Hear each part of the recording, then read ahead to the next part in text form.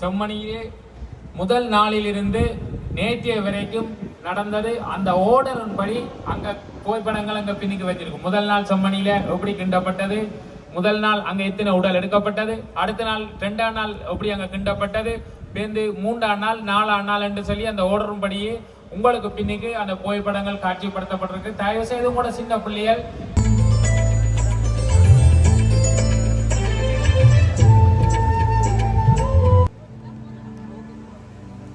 58 தொடங்கிய சிங்களத்தின் இனக்கலவரம் தொடர்ந்து நின்றும் மௌனமாக நடக்கிறது.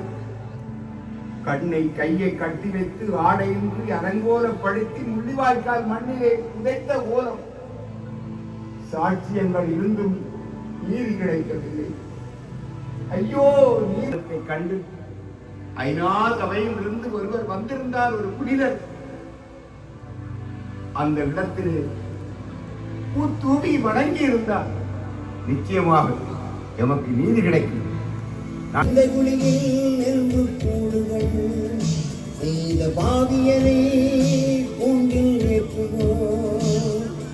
நீதி கேட்டுடுவோம் தமிழா விழித்தடு, செம்மணி அடிச்சு தமிழா விழித்தடு.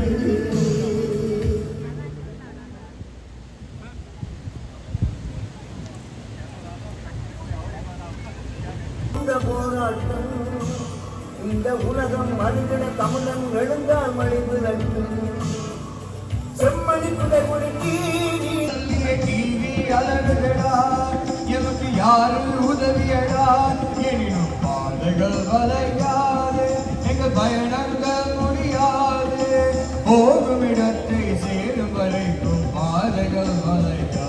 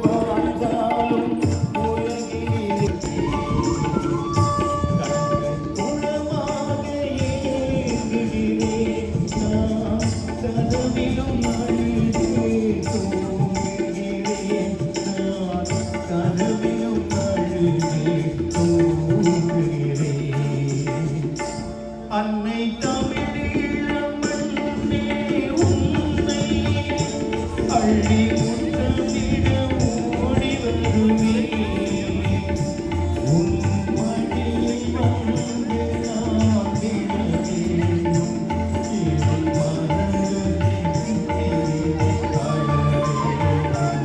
அன்னை தமிழீழமண்ணே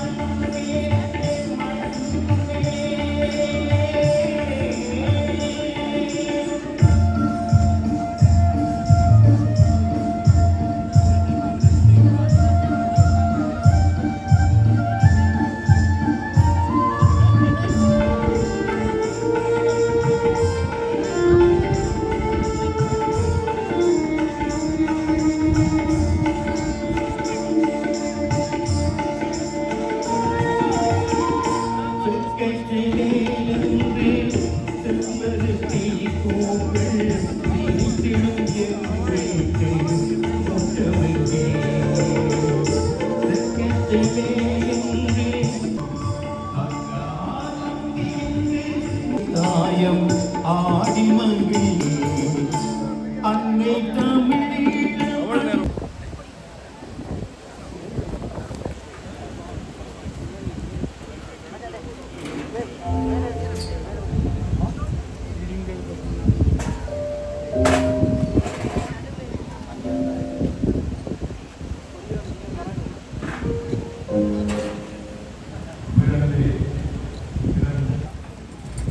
ஈகைச்சுடர் ஏற்றலாம். இறந்த எம் உயிர்களுக்காகவும் செம்மணியில் இன்று எழுந்திருக்கும் அவர்களுக்காகவும் உலகத்தில் இந்த அவலத்துக்காக கேள்வி கேட்கும் அத்தனை பேருக்கும் பொதுவாக ஈகைச்சுடர் ஏற்றல் அடுத்ததாக.